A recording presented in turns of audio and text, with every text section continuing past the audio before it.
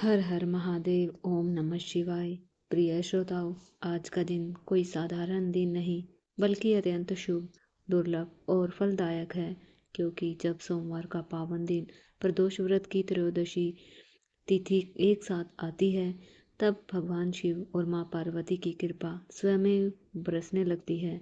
यह संयोग जीवन के पापों को हरने वाला, दुखों को नष्ट करने वाला, भक्तों के जीवन में सुख, सौभाग्य और शांति का प्रवेश करवाने वाला है। आज भगवान शिव विशेष रूप से प्रसन्न होते हैं। जो भक्त इस अवसर पर ध्यान, व्रत, कथा और भक्ति में लीन हो जाते हैं, उनकी सभी मनोकामनाएं पूर्ण होती हैं। आइए आज की कथाओं का श्रवण करने से पहले ध्यान करें उन शिव शंकर का, जिनकी जटाओं में पवित्र गंगा जी बह रही है, जिनके गले में सर्पों की माला है, कंठ में हलाहल विष, मुख पर अपार शक्ति है, जिनके त्रिनयन में त्रिकाल का दर्शन है, जो भस्म से विभूषित है। अब ध्यान करें माँ पार्वती का, जो सौंदर्य और शक्ति की साक्षात देवी है, जिनकी गोद में संसार का पालन है, जो सती भी है, शक्ति भी है, शिव जी की सच्ची अर्धांगिनी भी, जिनकी दृष्टि मात्र से समस्त संकट टल जाते हैं, जिनके आशीर्वाद से स्त्रियों का सौभाग्य अखंड होता है। हे भोलेनाथ, आज का दिन आपकी विशेष कृपा का अवसर लेकर आया है। हम सभी भक्तगण आपके चरणों में श्रद्धा से शीश झुकाते हैं। आप हमारे कष्टों का नाश करें, रोग दोष दूर करें, हमारे जीवन में भक्ति, ज्ञान और संतुलन प्रदान करें। हे जगत जननी माँ पार्वती, आप सभी माताओं, बहनों और बेटियों को सदा सुख, सुरक्षा और शक्ति दे। हर घर में सौहार्द, प्रेम और संतुलन बना रहे। ऐसी कृपा करें। जो निसंतान है उन्हें संतान सुख दे, जो दुखी है उनका दुख दूर कर उन्हें मन की शांति दे। हे सिद्धि विनायक गणेश जी, आप सभी मंगलों के प्रारंभ करता हैं। आपके बिना कोई भी शुभ कार्य, कोई व्रत, कोई कथा पूर्ण नहीं हो सकती। आप बुद्धि के दाता हैं, विघ्नों को हरने वाले हैं, हर भक्त की मनोकामना पूर्ण करने वाले हैं। आज जब हम प्रदोष व्रत की पावन कथा यात्रा आरंभ करने जा रहे हैं, तो हम सबसे पहले आपके श्री चरणों में नमन करते हैं। हमारे मन को एकाग्र करे, बुद्धि को निर्मल करे। इस दिव्य दिन के पुण्य लाभ से हम सभी को वंचित ना होने दे। अगर कथा के श्रवण, व्रत के पालन या पूजा के किसी भी चरण में हमसे कोई भूल या त्रुटि हुई हो, तो कृपया उसे अपने वात्सल्य से क्षमा करें। हमें सच्चे अर्थों में श्रद्धा, भक्ति और ज्ञान की ओर अग्रसर करें। पौराणिक कथा के अनुसार एक बार एक नगर में एक ब्राह्मणी रहा करती थी। उसका पति का स्वर्गवास हो गया था। अब उसका सहारा उसका इकलौता पुत्र था, जिसके साथ वह सुबह से ही भिक्षा मांगने के लिए निकल पड़ती थी। इस तरह वह दिन भर भिक्षा से मिले पैसों से अन्न और अपने बेटे का पेट पालती थी। एक दिन जब घर आते समय ब्राह्मणी को एक बालक घायल अवस्था में मिला। ब्राह्मणी को उस पर दया आ गई और उसे अपने घर ले आई। वह लड़का विदर्भ देश का राजकुमार था। शत्रु सैनिकों ने उसके राज्य पर आक्रमण कर दिया था और उसके पिता को बंदी बनाकर उसके राज्य पर अधिकार जमा लिया था। इसलिए वह बालक मारा मारा फिर रहा था। राजकुमार अब ब्राह्मणी और उसके पुत्र के साथ उनके घर में रहने लगा। उसके पुत्र की तरह ही पलने लगा और बढ़ने लगा। एक दिन वह ब्राह्मणी अपने पुत्र के साथ राजकुमार को लेकर भिक्षा मांगने के लिए गई। वहीं पर अंशुमति नाम की एक गंधर्व कन्या ने राजकुमार को देखा और उस पर मोहित हो गई। अगले दिन अपने माता पिता को राजकुमार से मिलवाने के लिए लेकर आई। कुछ ही दिनों में अंशुमति के माता पिता को भगवान शंकर ने स्वप्न में आदेश दिया कि राजकुमार और अंशुमति का विवाह करा दिया जाए। जैसे उन्होंने वैसा ही किया।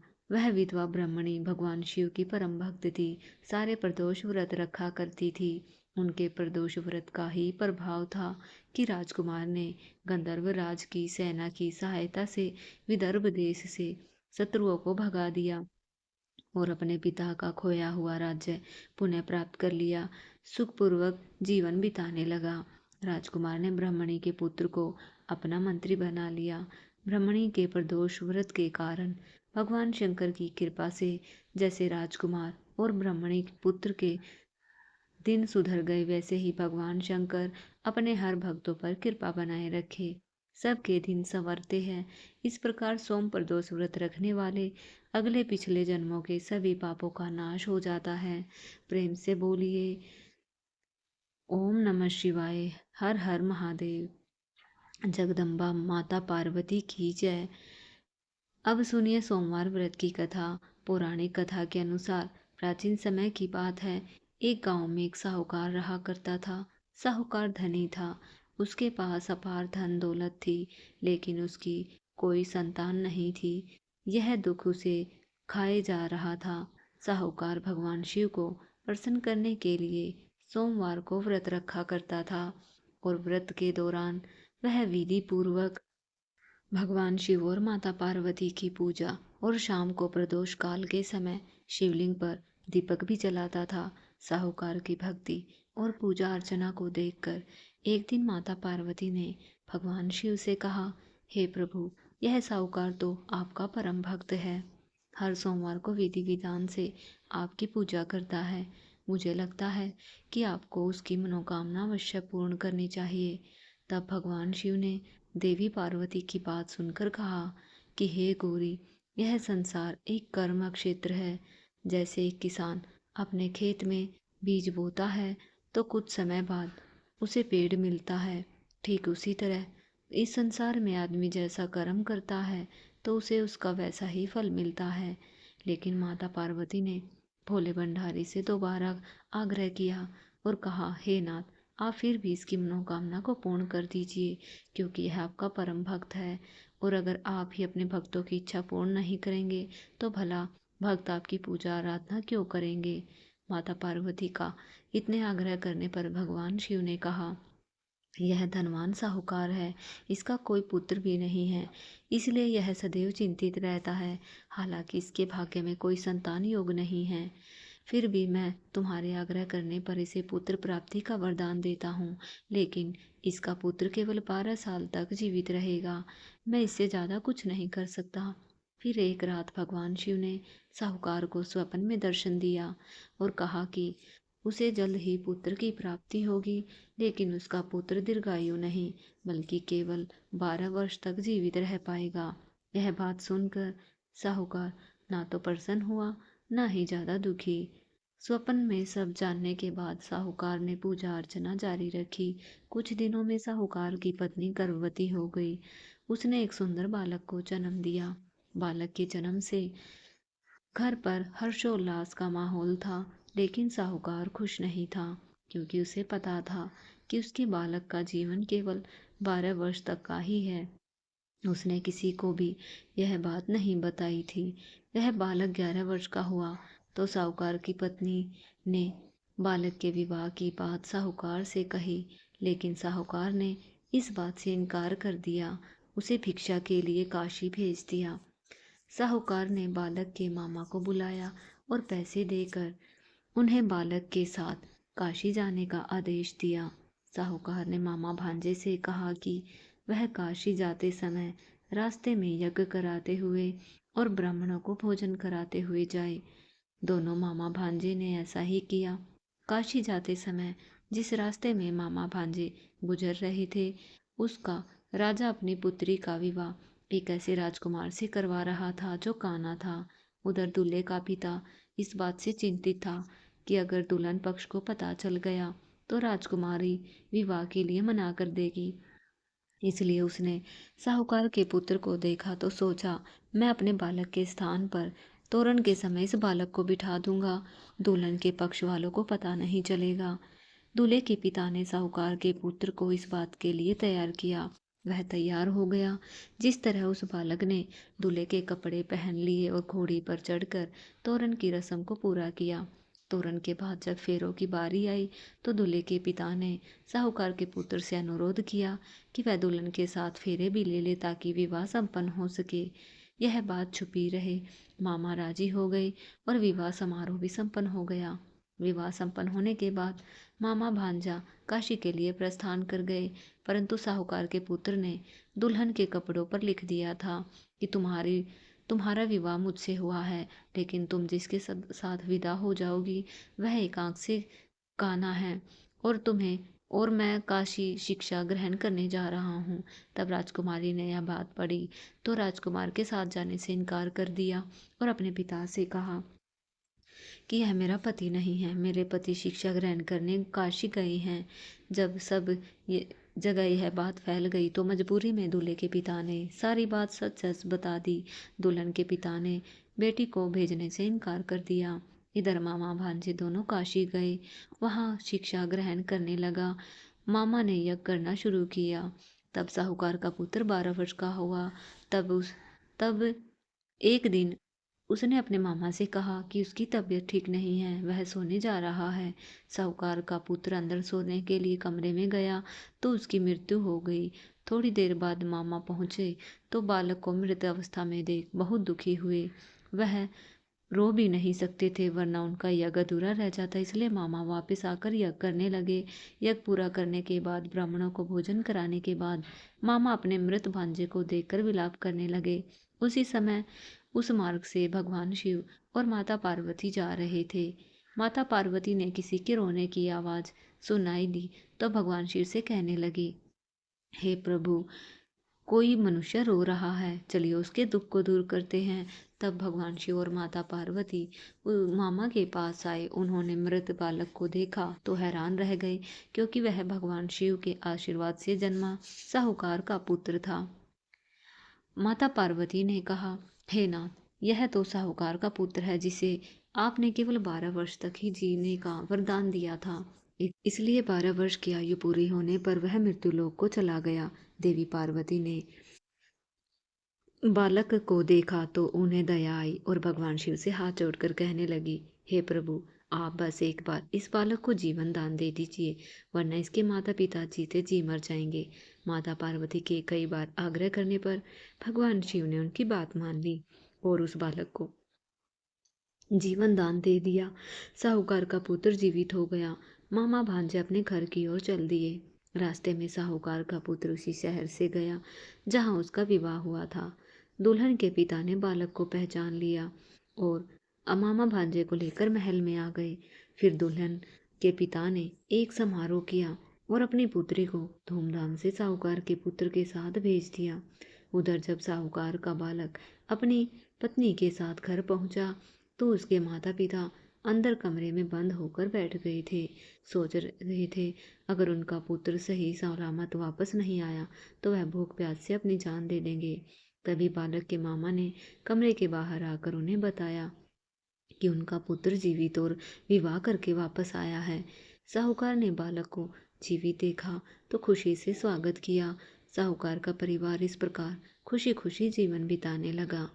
यह सब भगवान शिव की कृपा और सोमवार का व्रत का प्रभाव है कि साहूकार का पुत्र अल्पायु होने के बाद भी दीर्घायु को प्राप्त हुआ। इस प्रकार जो भी भक्त सच्चे मन से भगवान शिव की पूजा करके आज के दिन इस कथा को पढ़ते या सुनते हैं और दूसरों को सुनाते हैं तो भगवान शिव उनके सभी दुख दूर करते हैं, उनकी सभी मनोकामनाएं पूर्ण करते हैं। प्रेम से बोलिए, रुद्रेश्वर महेश्वर की जय, जगत जननी माता पार्वती की जय। एक बार की बात है, स्कंद पुराण के अनुसार सूत जी कहते हैं, विदर्भ देश में सत्यव्रत नाम से प्रसिद्ध एक राजा हुआ करते थे जो धर्मपूर्वक राज्य किया करता था। एक समय शाल्व देश के राजाओं ने विदर्भ देश पर आक्रमण कर दिया। उनके बीच भयंकर युद्ध हुआ। दोनों पक्षों की बहुत सी सेनाएं मारी गई और अंत में विदर्भ देश के राजा भी उनके हाथों मारे गए। विदर्भ राजा की पत्नी गर्भवती दुखी होकर रात के समय राजभवन से निकलकर वन की ओर चली गई। सुबह होने पर उस रानी ने जलाशय के किनारे एक वृक्ष के नीचे सुंदर पुत्र को जन्म दिया। उसके बाद प्यास से व्याकुल होकर जलाशय में पानी पीने गई। इतने में एक घड़ियाल ने आकर उसे अपना काल का ग्रास बना लिया। वह बालक पैदा होते ही माता पिता से हीन हो गया। वह नवजात शिशु वृक्ष के नीचे पड़ा रहा, जोर जोर से रो रहा था।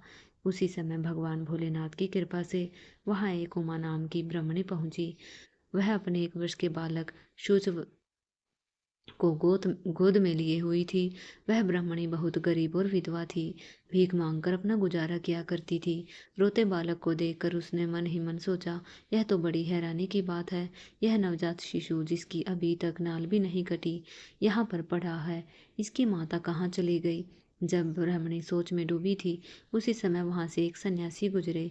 ऐसे जान पड़ते थे मानो साक्षात भगवान शंकर हो। उन श्रेष्ठ भिक्षु ने उस स्त्री से कहा, हे ब्राह्मणी, तुम इस बालक की रक्षा करो, इससे तुम्हें परम कल्याण की प्राप्ति होगी। इतना कहकर दयालु भिक्षु वहां से चले गए।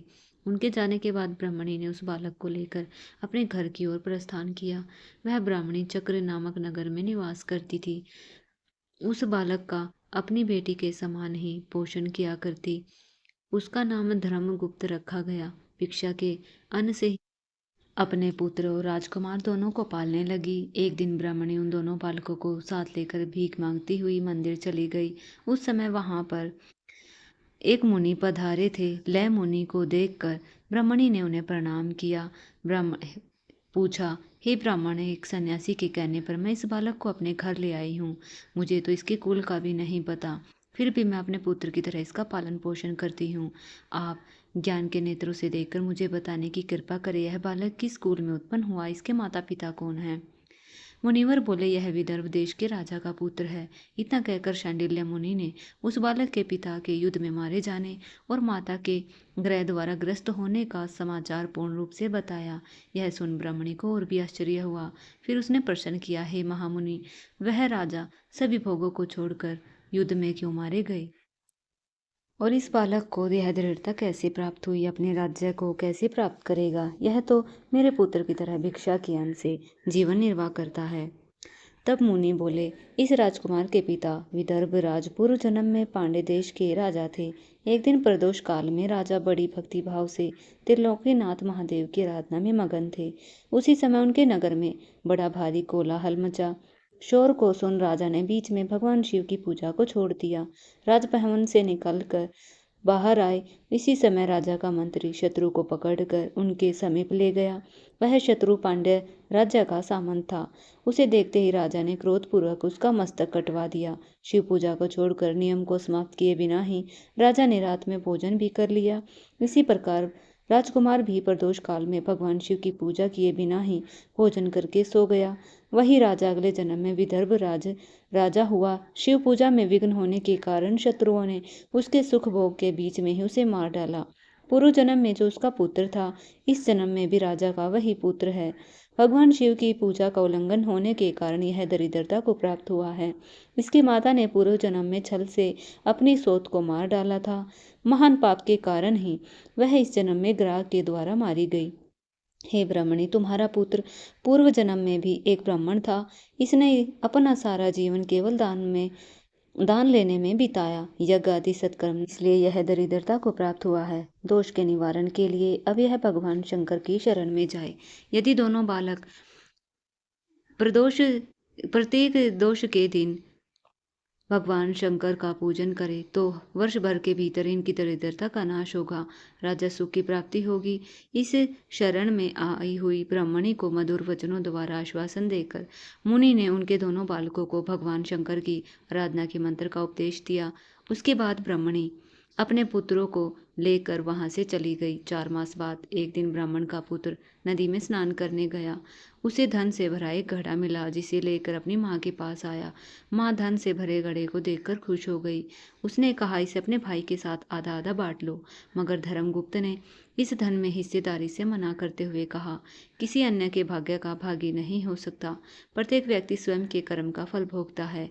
इस प्रकार प्रसन्नतापूर्वक भगवान शंकर की पूजा करते हुए उन दोनों राजकुमारों का 1 वर्ष व्यतीत हो गया। एक दिन ब्राह्मण का पुत्र और राजकुमार वन में भ्रमण करने गए। मार्ग में देखा, उन अनेक गंधर्व कन्याएं आपस में खेल रही थी। ब्राह्मण कुमार वहीं पर रुक गया। राजकुमार से बोला, हमें इससे आगे नहीं जाना चाहिए। यह गंधर्व कन्याएं हैं, किसी को भी अपनी ओर आकर्षित कर सकती है। मगर राजकुमार निडर होकर आगे बढ़ता गया। जब मुखिया गंधर्व कन्या ने राजकुमार धर्मगुप्त को देखा तो उसके प्रति आकर्षित हो गई। उसने अपनी सभी सखियों को फूल चुनने के लिए भेज दिया। राजकुमार के पास आने की प्रतीक्षा करने लगी। उसे अकेला देखकर राजकुमार उसके पास गया। बातचीत शुरू की। उसने बताया, मैं विदर्भ देश का राजकुमार हूँ। मेरे माता पिता इस संसार में नहीं हैं। शत्रुओं ने हमारे राज्य पर कब्जा कर लिया है। तब कन्या ने अपना परिचय देते हुए कहा, मैं विदर्भ नामक गंधर्व की पुत्री हूँ। मेरा नाम अंशुम है। मैं गायन में प्रवीण हूँ। उसने यह भी कहा, मैं आपसे प्रेम विवाह करना चाहती हूँ। इतना कहकर अपनी मोतियों की माला निकालकर राजकुमार को पहना दी। राजकुमार ने पूछा, तुम राजपाट गवा चुके राजकुमार के साथ कैसे रहोगी? अपने माता पिता की अनुमति के बिना तुम मेरे साथ कैसे आ सकती हो? वह बोली, चाहे जो हो जाए, मैं वही करूंगी जो मैं चाहती हूँ। तुम 2 दिन बाद प्रातःकाल यहाँ आकर मुझसे मिलना। वह यह कहकर चली गई। राजकुमार ने वापस आकर ब्राह्मणी और उसके पुत्र को सारी बात बताई। दोनों खुश हो गए। 2 दिन बाद राजकुमार उसी वन में गया। देखा, अंशुम अपने पिता के साथ उसकी प्रतीक्षा कर रही है। तब गंधर्व राज ने राजा के पुत्र से कहा, मैं कैलाशपुरी गया था। वहां भगवान शिव और माता पार्वती ने मुझे बुलाकर कहा कि धर्मगुप्त नामक राजकुमार राज्य से विहीन होकर भटक रहा है। जाओ और उसका राज्य पुनः प्राप्त करने में उसकी सहायता करो। मैं उनकी आज्ञा के अनुसार अपनी पुत्री का हाथ तुम्हारे हाथ में दे रहा हूँ। मैं तुम्हारी सहायता करूंगा। मेरी पुत्री 10,000 वर्ष तक तुम्हारे साथ इस पृथ्वी पर रहेगी और तुम शिवलोक में जाओगे। तब भी इसी काया में तुम्हारे साथ ही रहेगी। भगवान शिव के आदेश अनुसार धर्मगुप्त और अंशुम का विवाह हो गया। उसके पिता ने अपनी गंधर्व सेना भी राजकुमार को दे दी। सेना की सहायता से उसने अपने शत्रुओं को परास्त कर दिया और अपना खोया हुआ राज्य वापस प्राप्त कर लिया। वह राजा बन गया। उसने बुरे दिनों में उसे पालने वाली गरीब ब्राह्मणी को राजमाता का दर्जा दिया। शुचि व्रत को अपना छोटा भाई माना। इस प्रकार नियमित रूप से प्रदोष व्रत करने से ब्राह्मणी, उसके पुत्र शुच और राजकुमार धर्मगुप्त को धन धान्य और सुख संपत्ति की प्राप्ति हुई। सूत जी कहते हैं, जो मनुष्य प्रदोष व्रत की इस पुण्य में महात्म्य को एकाग्रचित होकर सुनते हैं, पढ़ते हैं, उन्हें 100 जन्मों तक कभी दरिद्रता नहीं देखनी पड़ती। अंत में वह ज्ञान के ऐश्वर्य से युक्त होकर भगवान शंकर के परम धाम को प्राप्त करते हैं। भक्तों, यह थी सोम प्रदोष व्रत कथा। अगर आपको कथा अच्छी लगी हो तो वीडियो को लाइक करें, ज़्यादा से ज़्यादा शेयर करें, कमेंट में ज़रूर लिखें। ओम नमः शिवाय। हर हर महादेव।